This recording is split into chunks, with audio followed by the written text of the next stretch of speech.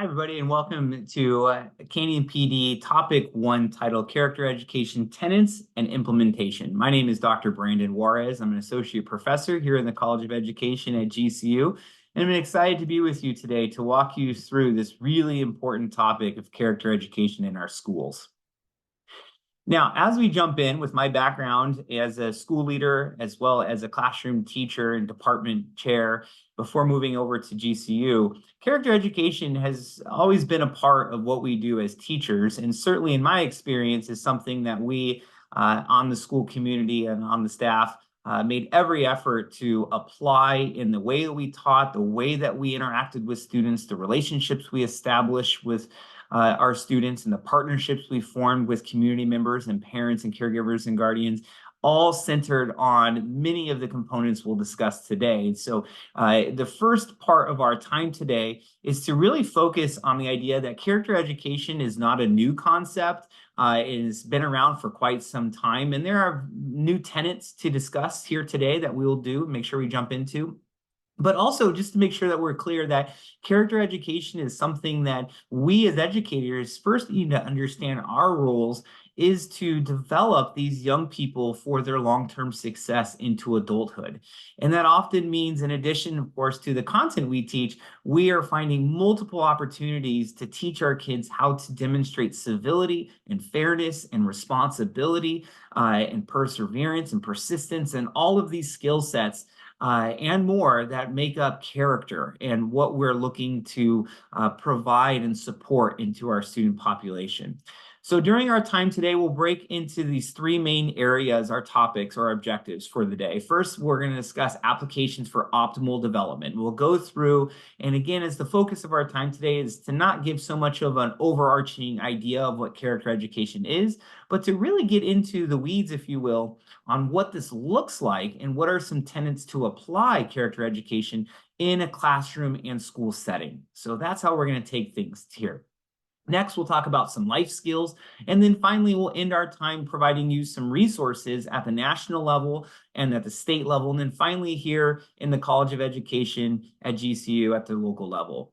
So with that, let's take a look at application for optimal development. First, we don't look any further than the American School Counselors Association. As a national association, they provide these three standards or expectations for us. So first, standard A is students will acquire the attitudes, knowledge, and skills that contribute to effective learning in school and across the lifespan. Again, the goal of us as educators to prepare both the student with the academics, but also the life skills for what's to come in adulthood. Standard B, students will complete school with the academic preparation essential to choose from a wide range of substantial post-secondary options, including college. And then finally, standard C, students will understand the relationship of academics to the world of work and to life at home and in the community. So again, we're building those bridges and connections between the academics as well as how to function in society and within communities and what that looks like. At the local or at the state level, I should say, the Arizona Department of Education really puts emphasis when we look at their website, the DOE website, emphasis on character counts in the 6 pillars, which we see very often and quite ubiquitous, not only across our state, but nationwide, that schools have really demonstrated ways in which to infuse and weave in these 6 pillars into aspects of how they teach, how they hold students accountable, how they use rewards and consequences and demonstrate classroom management and so forth. But we see trustworthiness and respect and responsibility and fairness and caring and citizenship as all pillars and what we're trying to teach our students how to do and what that looks like. Now, I want to make sure that you use the handouts provided here accordingly, that our time is spent thinking application, okay? Because the idea is these 6 pillars, and you see, well, of course I'm going to implement trustworthiness, and of course we're going to try to create an environment of respect in our classroom. And then I hope as classroom teachers and school leaders and the folks watching this video, you're asking yourself, but how? How do I apply this? What's application? What are some takeaways? And that's really the heart of what I'm going to attempt to do here today. Other approved programs, according to the Arizona Department of Education, is the Excellence with Integrity Institute, and their program is specifically called the Essentials. The Franklin Covey Company the program is Leader in Me, which is also quite common in our schools around the Phoenix metro area. And then Hope Rising in their program is My Best Me. And again, this comes from the Department of Education website directly. So let's dive into how we're going to break down this application for optimal development. We have these 4 categories here. First is application of knowledge and values. The first thing we need to keep in mind, as I jump too far here, is the school's values down below. The first element I want you to consider at your local school is what are the values of your school? Look at the school's mission and vision statement. Look at the culture and reflect on what the school finds to be most important. Where do we put our emphasis? Where does the school community put emphasis in terms of the values? And that may range, of course, based off of the community you serve. But what are the values of the school? First thing is to reflect on it. Next is it's always important for us to keep in mind that our students' eyeballs and ears are always listening and watching us. So it's first important for us to know that more is caught than taught. And what I want to make sense of here is that we, of course, have to demonstrate character to our students as the premier and paramount way that students are going to learn about character. Again, they can see the fancy posters on the board or in the multi-purpose room all about pillars of trustworthiness and respect. But if we are not exuding those aspects in our daily lives and how we interact with our colleagues and how we interact with parents and certainly how we interact with students, then that message is not going to make it and not going to get through to our students because, again, more is always caught than taught. So it's important that we are demonstrating character and those elements of 6 pillars and so forth on how we interact and the way we present ourselves to our students and, again, to all the stakeholders who we're involved with.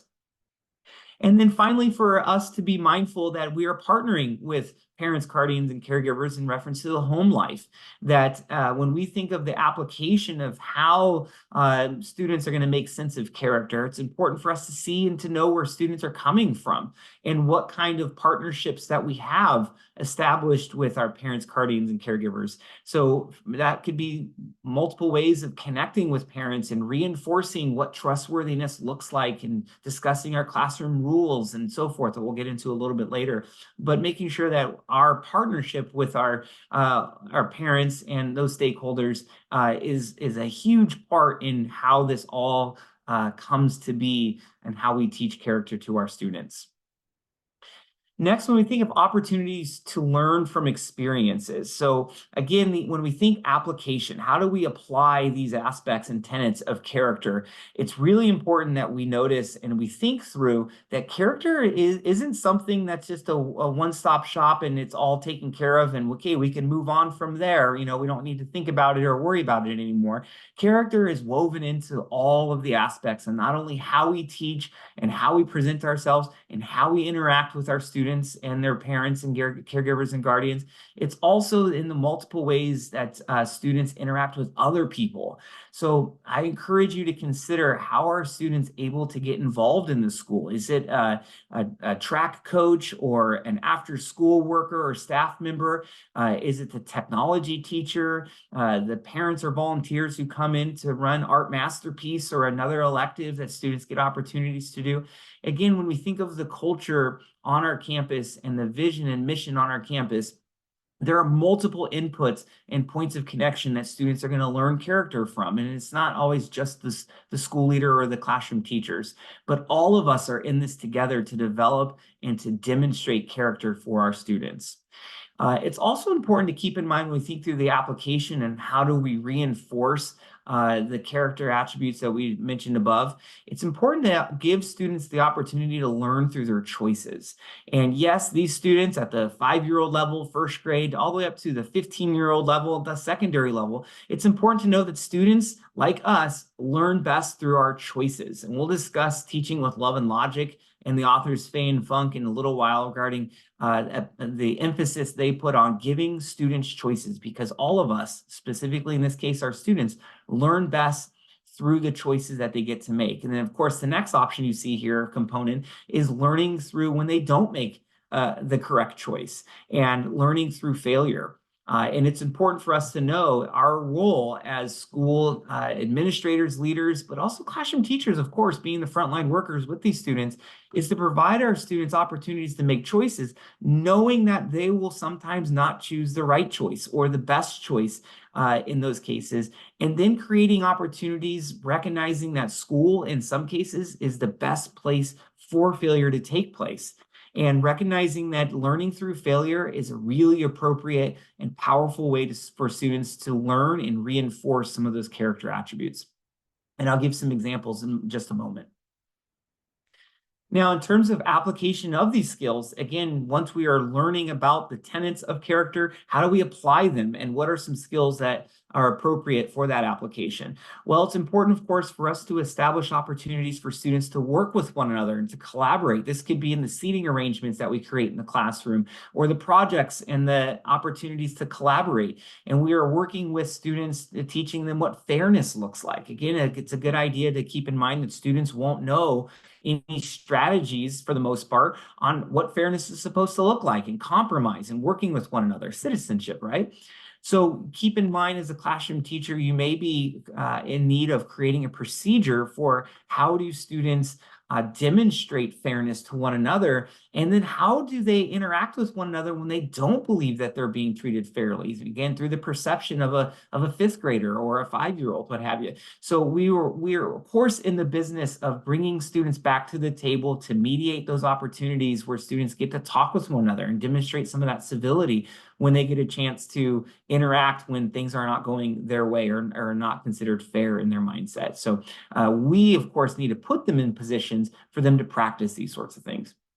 Next, we need to teach our students about the soft skills. Again, the citizenship here. How do we greet one another? How do we make eye contact with one another when we're having conversation? We're going to teach them about body language, about the way that we express ourselves and the impressions that others get from us on the ways in which we present ourselves. These are things that, of course, teachers may be doing it. And one of the first things I want you to make sense of here when we talk soft skills and citizenship, but really the application of the skills, is that your students may see you doing it, but they don't know what you're doing. So it's really important that we sometimes make a little mental timeout and say to your students, look, I'm modeling for us how we are to interact with one another. And how do I make you feel when I give you my undivided attention? How does it make you feel when we do a high five or a fist bump or some sort of greeting as we're entering the classroom for the start of the school day? Those are all ways in which we may know to build community and rapport with our students, but do they know that this is a way that they build community and rapport with others as well? Because the idea is we want to model it, but we don't want it to fly right over their heads where we're doing something thinking they're getting it, but they may not. So we want to call it out specifically on some of those soft skills and the way that we teach students how to interact with each other. And then, as I mentioned a moment ago, the use of choices. Again, students learn through their opportunities. Students always love choices. We like autonomy over our days, right? As adults, of course. So students are no different. So providing as many choices on who they interact with and how they get to interact with, and then we come alongside and coach and support and facilitate as needed. But students can apply those character attributes through some of these strategies. Next, in terms of more strategies, think about, again, I'm looking at the top here, partnerships with parents, and the ways that we communicate and collaborate with parents. It's often in newsletters that there's a focus of the week or the focus of the month is, this month we're focusing on the character trait of civility or citizenship or trustworthiness. It may be great that you can find ways to partner with your parents and caregivers and guardians to express what's going on in the classroom and what's the focus regarding character, but then also ask for some support on ways in which that students can come back on how they demonstrated some of these attributes outside of school, working again maybe with their sibling or with an after-school program or their sports team after school or their band club or whatever the case may be. Students are involved in a lot after schools, but maybe partnering with parents to reinforce these character traits and having them acknowledge when students are demonstrating them as well as us. Also think about our agendas and schedules for students in terms of this last one, restorative practices. Again, students are in need of strategies, right? They know when they're not being treated fairly, to give an example, right? We all know that. And if you need to see an example, just go out in the playground of elementary students and watch how they interact with one another when one's not being treated fairly, right? They know that, and they know some of those elements on what's going on, but they lack in many cases the strategies on what to do next.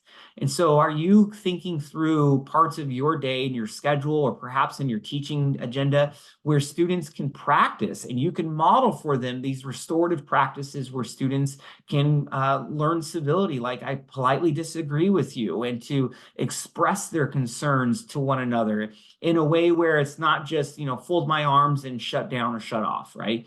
Those are often responses that students will exhibit when they're not sure what to do. And perhaps in some cases, that's the training they got at home. So they may need support from you at the school level to know, how do we functionally do this in a fruitful, meaningful manner where we can find resolution and we can move forward. So really thinking through some strategies there. The first big strategy I encourage you to keep in mind is the idea of scheduling an agenda or time in your planning for the day where students can have a chance to communicate with one another, work for resolution where you can be there to mediate those conversations.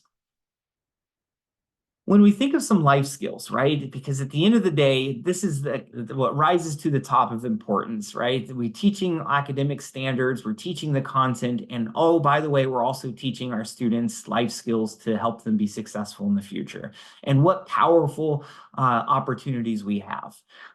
When we think of life skills, I'm going to address here teaching with love and logic and the idea of diversity and civility. And then what does this look like in the classroom in terms of application with class rules and procedures? But before we do, I want to dive into this really important and powerful quote from an author who is a former dean of students at Stanford University. She writes this book titled How to Raise an Adult. And in her book, right at the beginning on page 1, she provides us this wonderful quote. She says, "I love my kids as fiercely as any parent does. And I know that love is the foundation for all we do as parents. But in my years researching this book, I've learned that many of our behaviors also stem from fears. Perhaps chief among them is the fear that our kids won't be successful out in the world. Of course, it's natural for parents to want their kids to be successful or to succeed, but based on research and interviews with more than 100 people for the book that she wrote, and my own personal experiences as a parent, I've come to the conclusion that we define success too narrowly. And what's worse, this narrow, misguided definition of success has led us to harm a generation of young adults, our children." So I want you to substitute parent here for teacher. And when we think of our role as teacher, there's a Latin phrase I encourage you to keep in mind called in loco parentis. And what in loco parentis means is that we, as a Latin phrase again, we as teachers are in place of the parent when our students are in front of us during the school day. So as soon as those parents, caregivers, and guardians drop off their child, or when that child arrives on school campus, we as teachers are in place of that parent, in loco parentis. So I encourage you to keep in mind that we need to see our students as humans, see them as potential and as flourishing individuals, and they're learning how to grow up, right? And the perception of their reality is their reality. And it's important for us to know our role is to help them and groom them and to prepare them for the reality of life. One phrase I always encourage you for folks to keep in mind here from the school leader's perspective and the classroom teacher's perspective is for you to consider this prompt. Is your role to prepare students for the road, or for you to prepare the road for the student? And I hope you choose the former instead of the latter, where our role is to prepare the student for the road, and that road is the road of life. And when we think of teaching with love and logic, this is a wonderful book. There's several editions to it. It's a classic book. It's not new, and you may find it on several teachers' bookshelves. You may be able to find this as a used book somewhere, but this was one of the best books that I have found to help teachers. I prescribed this book to many of my teacher candidates who I work with, but Teaching with Love and Logic is a wonderful book to help us as teachers make sense of how do we support our students when it comes to dealing with the day-to-day and outside of the content we teach, but also the classroom interactions and the management on how do we interact with students. So it's really important first that we demonstrate lots of empathy for our students, that we never come across as sassy to our students or we're trying to one-up them. Or I often say in my teacher preparation program courses that we never mic drop our students where we're intentionally embarrassing them. And of course, if you hear me say that, you may be thinking, well, of course, Dr. Juarez, I would never do that. But how often do we see in some cases, if we are looking at the classroom experience through the lens of the students, that there are several opportunities where the students may feel like they're being mic dropped, for lack of a better phrase, or publicly humiliated or embarrassed in some cases. Again, think through the perception of our students' lens. But when it comes to us developing the character of our students, it's really important that we demonstrate empathy for our students and giving them an opportunity to solve their own problems. You see the last block here is the authors of Teaching with Love and Logic, Fay and Funk, in their book, they mention there are 3 types of teachers. And the teachers that they recognize, this is their words, not mine, is the helicopter teacher, the drill sergeant teacher, and the consultant teacher. And of course, when you just see the names and the titles here, you of course say, well, I want to be the consultant teacher, and you'd be right. Nobody wants to rule the classroom with an iron fist, right? When we think of the drill sergeant teacher, students are often on eggshells. They're anxious about not making a mistake or being embarrassed or humiliated. This is the drill sergeant teacher, and we want to avoid that. It doesn't create the rapport and the relationships we want with our students, and it creates a toxic classroom environment. But also, we don't want to be the helicopter teacher where, we swoop in and save students from every opportunity for them to learn. And I use that phrase specifically, an opportunity. And that often comes through natural consequences. And you'll see in just a moment where I'm going to provide you an opportunity to watch a short video from one of the authors of Teaching with Love and Logic on the use of empathy and how, again, we do this when we do it correctly. We step in as a consultant teacher to help our students learn how to have human flourishing, on how to make decisions and then live with their decision making. Because again, that's one great way to grow and to develop character, is to learn through the decisions they make, both good and bad, or positive and negative. And then I statements in the middle here. It's important for us to demonstrate to our students that it's important that we show our students, I should say, that you are in control of your own person, and you have the opportunity as well as the autonomy to take control over what you can influence and what you can control. Where we can't control others, an important part of our character development is to use I statements. Well, I can take care of this, or I can choose not to be mad when somebody responds to me this way, or I can demonstrate trustworthiness with doing the right thing, despite perhaps some of my peers cutting a corner or trying to get away with something, to really teach our students that they are capable of making good choices and to develop as young men and women. And these come from opportunities that we have as teachers to coach and to consult them with lots of empathy.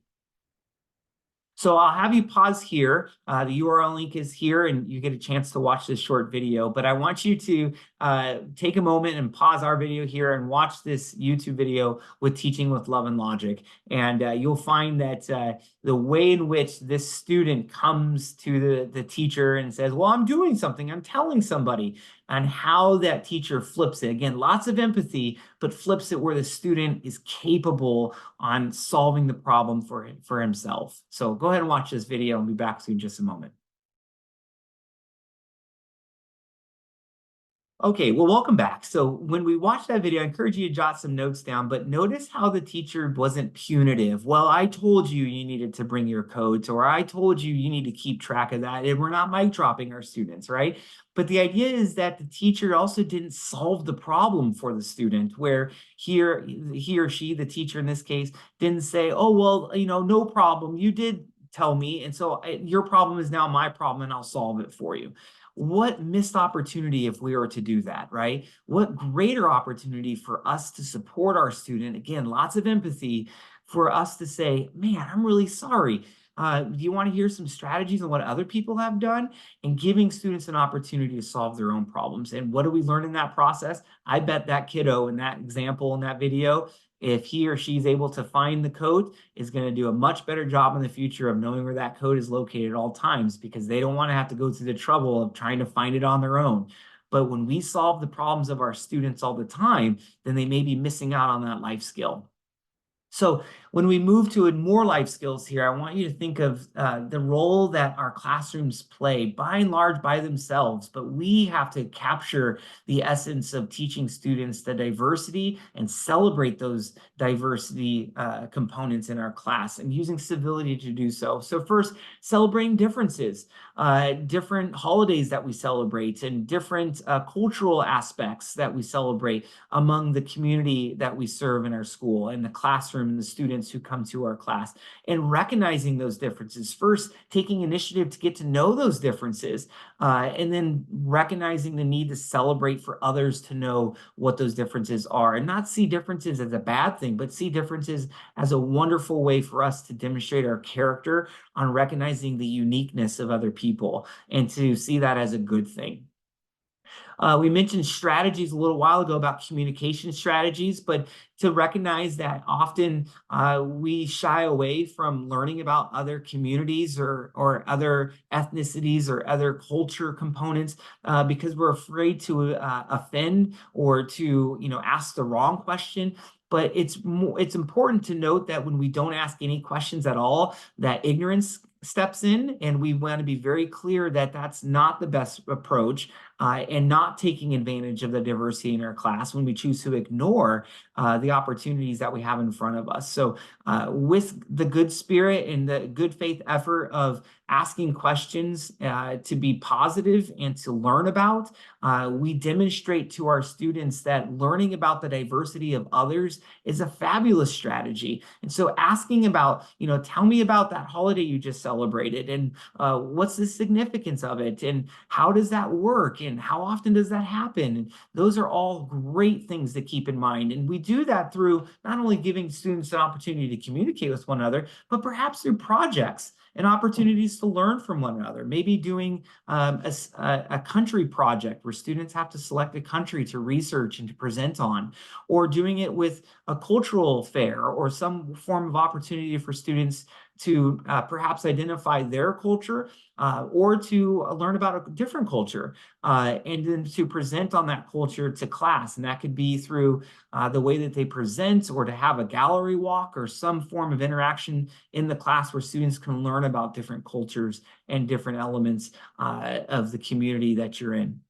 And of course, through all of that, students are learning about civility, that, we need to be less focused on tribalism, where, it's my way or the highway mindset, where, we see others as a threat to us, but we need to see others as opportunities to partner with and to connect with, because that's truly what makes us stronger. And certainly the opportunity that we get to support our young people with learning, because that's the skill that's something that's going to help them in adulthood, to be sure.